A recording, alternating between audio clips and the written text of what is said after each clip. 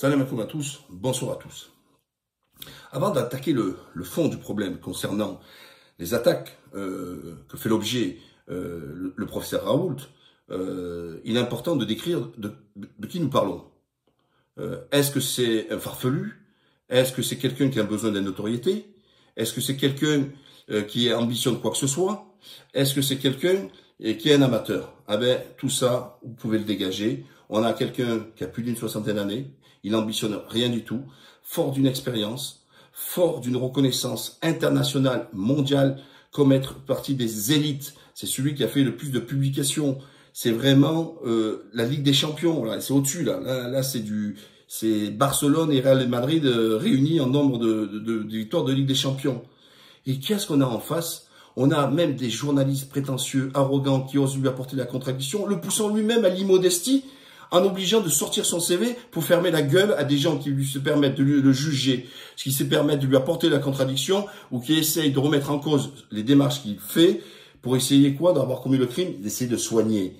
Alors que eux, ils ne comprennent rien. Donc, c'est normal. Quand on est en face à des gens, à des médiocres qui se permettent de vous juger, on est obligé d'être arrogant avec eux. Vous voyez, on est obligé de faire claquer, de faire péter son CV. Et c'est ce qu'il fait, et il a raison de le faire.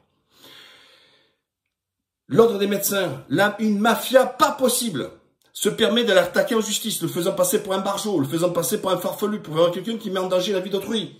Vous vous rendez compte, c'est pas rien. Mais qui est l'ordre des médecins? L'ordre des médecins, c'est ceux qui nous ont mis dans la merde aujourd'hui. Pourquoi? Le neuroclorus, c'est-à-dire permettre d'ouvrir le nombre de postes de médecins, ils ont toujours fait pression, afin qu'on ralentisse justement le nombre de médecins, et nous en payons fortement les conséquences aujourd'hui. Or, j'ai pas vu un article remettant en cause ça. Pas une fois quelqu'un a remis en cause l'ordre des médecins. Et alors, pourquoi ont-ils fait ça? Parce que ils se disent, moins de médecins, plus de patients, naturellement, c'est plus de clients. Parce que on est patient quand c'est gratuit pour moi, et on est client quand on paye. Voilà. Donc, c'est des clients. Donc, c'est une perte de clients. Bilan. On a une province désertée, ce qu'on appelle le désert médical. Nous avons des hôpitaux surbondés. Et je ne parle même pas de l'histoire du Covid, que le Covid permet de mettre l'accent, de remettre en place pour vous dire le manque que nous avons de personnel dans le milieu hospitalier. Et donc, alors, en gros, c'est grâce au Covid que les Français ont pu ouvrir les yeux. Comment se fait-il que nous sommes obligés de balader des malades d'un endroit à l'autre, voire les amener en Allemagne, au Luxembourg, en Suisse, à l'étranger, parce qu'on a faute de lits? Pourquoi aujourd'hui on est en train de revenir à un demi-confinement, etc. C'est parce que nous n'avons pas assez de lits. C'est pas le nombre de morts qui dérange par rapport au nombre de cas. Parce que quand on voit le nombre de cas des 50 000, des 60 000, ça c'est ceux qui ont été testés. Je vous parle même pas de ceux qui n'ont pas été testés, qui ont le coronavirus et le nombre de morts. Certes, c'est toujours trop quand on a des morts, parce que surtout quand ça touche des proches, mais il faut toujours le mettre en phase avec avant et maintenant. Donc, on en paie fortement le prix. Il y a une quinzaine d'années, j'ai travaillé sur le sujet quand j'étais conseiller du président de mon parti, etc. J'ai organisé à l'Assemblée nationale, avec des parlementaires, des réunions sur justement le problème ce qu'on appelle des médecins français à diplôme étranger, qui font fonction de médecins à part entière, sauf sur la fiche de paye. C'est-à-dire que c'est des médecins qui aujourd'hui vous soignent vos proches, etc., au milieu hospitalier, mais pas considérés sur la fiche de paye comme des médecins à part entière. Cette hypocrisie, la France, elle en a profité. Pourquoi? Parce qu'elle s'est dit, c'est de la main-d'œuvre à bas coût, c'est pas cher, on ferme les yeux, et à cause du manque de médecins, à cause du neuroclorus fait par l'ordre des médecins, qui a toujours fait en sorte de freiner un maximum. Or, cette mafia, pourquoi je dis cette mafia? Parce que la France, c'est un cancer, ce que nous avons. On parle de communautarisme, mais en France, on est les champions du corporatisme. Toutes ces structures vieillissantes, bouffies, qui ne servent qu'à une poignée de personnes, etc. On le voit dans les fédérations de sport, on le voit dans les syndicats, on le voit dans les représentants des catégories professionnelles, etc. Ils ne sont plus à l'image et les Français les rejettent, quelle que soit la catégorie, parce que justement, c'est trop confiné. On voit aussi pour les bâtonniers chez les avocats, etc. Tout ça, c'est le cancer de la France. C'est le cancer. Et Raoult, il est victime de ce cancer à travers l'ordre de médecins qui s'est permis de l'attaquer quand même là en justice. Revenons toujours sur ces médecins, notamment les Algériens. Si demain, les médecins algériens, alors là, je sais que Zemmour va péter les plombs, Pascal Pro, enfin tout est coin qui adore manger ceux qui qui sont différents. Mais s'il n'y avait pas ces étrangers aujourd'hui en France, ces médecins étrangers ou des médecins français à diplôme étranger, eh ben ce serait la faillite, ce serait le chaos total. C'est confinement pendant 6 mois parce qu'on n'aura pas une place de lit à l'hôpital. Enfin, place de lit, oui, pardon, mais pas assez de personnel à côté des lits. Parce qu'il suffit peu d'avoir des lits. Ça, on les a pas. Ça, on le sait, on a fermé 20 000 lits. Mais en plus, il faut, pour encadrer un lit, eh ben, il faut du personnel soignant. Docteur, il faut des infirmiers, il faut aussi les aides-soignantes.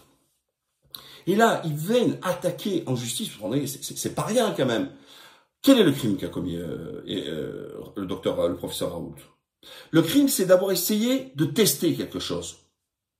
Que font tous ces gens qui viennent sur les plateaux, là, ils adorent, maintenant ils passent à toute sa télé, là, docteur truc, responsable du truc, docteur du schmoll, qui se permettent même de cracher, ils passent plus leur temps sur le plateau que peut-être en train d'aider les victimes du Covid, et qui viennent nous donner des leçons, etc., sur Raoult ou ailleurs et compagnie. Mais la plupart, ils sont vérolés. La plupart, ils sont soumis au laboratoire.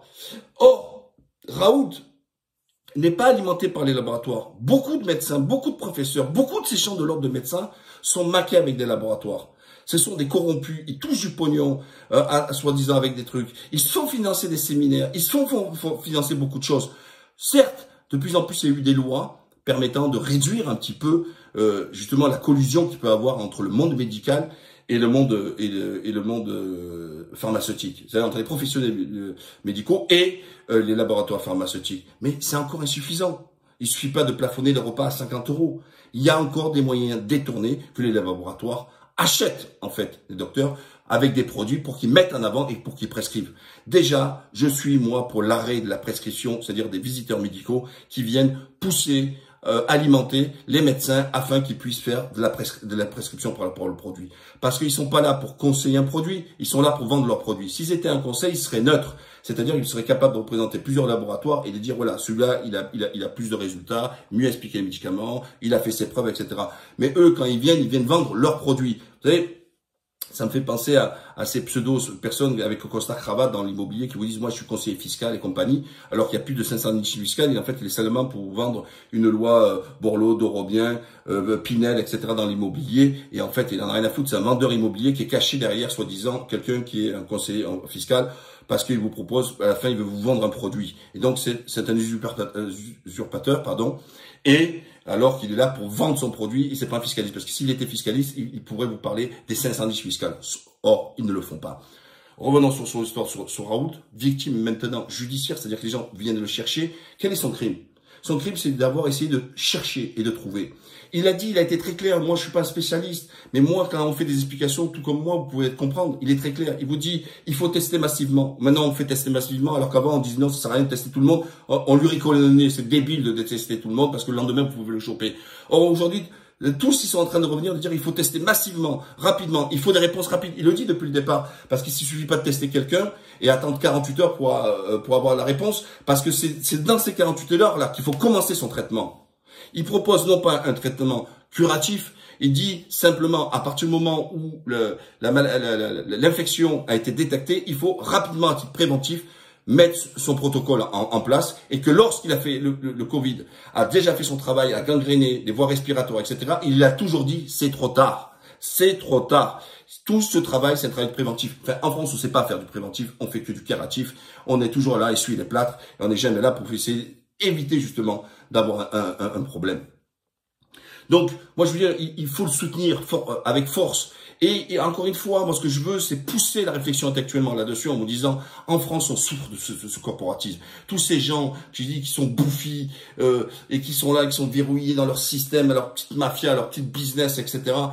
Dans tous les domaines qui freinent la France. C'est eux qui empêchent la machine France d'avancer. C'est eux qui empêchent justement l'innovation parce qu'ils sont là à conserver leur petit territoire, leurs petits avantages, etc., etc. Moi, je suis contre justement que c'est pas l'État qui prend en charge justement son nombre de médecins et que c'est l'ordre des médecins qui vient là dicter les trucs. Nous en payons les conséquences. Il faut entre 10 ans, 7 ans pour former un médecin, 10 à 12 ans quand c'est un spécialiste. Faut-il attendre encore 10 ans? Faut attendre encore 12 ans pour avoir justement des médecins. Et aujourd'hui, on paye l'addition à cause de l'ordre des médecins. Et ça, personne n'en fait le procès. Personne ne met en lumière cela. Personne ne dit que c'est eux qui nous ont mis dans la merde. Par contre, alors là, ils sont très véhéments. Ils sont, comment vous dire, pour aller taper le professeur Raoult.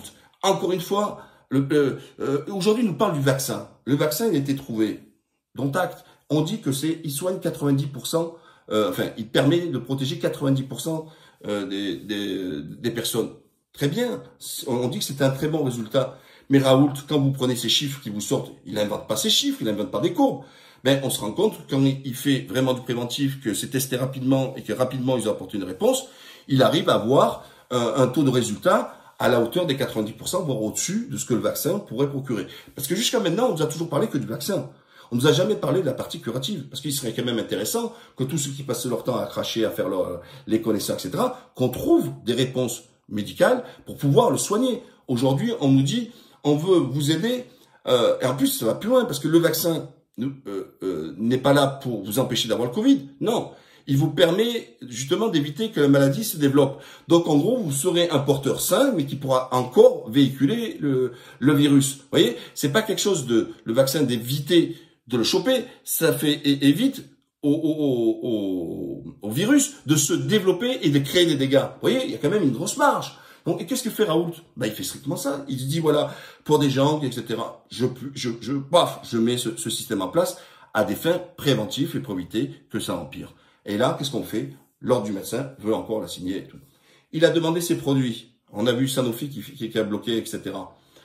Il a interpellé le ministère pour savoir qui du ministère et qui de Sanofi l'empêche d'avoir la commande de ses produits pour pouvoir continuer son travail. Et c'est normal qu'il avait menacé d'attaquer en justice. Or, je pense que c'est l'État qui est encore derrière, qui a poussé l'ordre des médecins parce qu'il dérange. Il dérange pourquoi? Parce qu'il dit la vérité. Il dérange pourquoi? Parce que lui, il n'est pas maqué avec des labos. Parce que lui, il va pas toucher du pognon. Il va pas se faire payer des séminaires. Il va pas se faire rincer de façon directe ou indirecte. Il est là parce qu'il est animé par son métier et s'occuper des patients. Voilà. Donc, le professeur Raoult mérite notre attention. Il mérite nos soutiens. Voilà, je compte sur vous. Surtout, abonnez-vous à YouTube parce que j'ai souvent des problèmes avec Facebook. Et surtout, partagez. Parce que c'est important aussi que d'autres voient, parce que les médias ne veulent pas toujours nous donner la parole, quel que soit le sujet d'ailleurs. À la prochaine. Bye bye.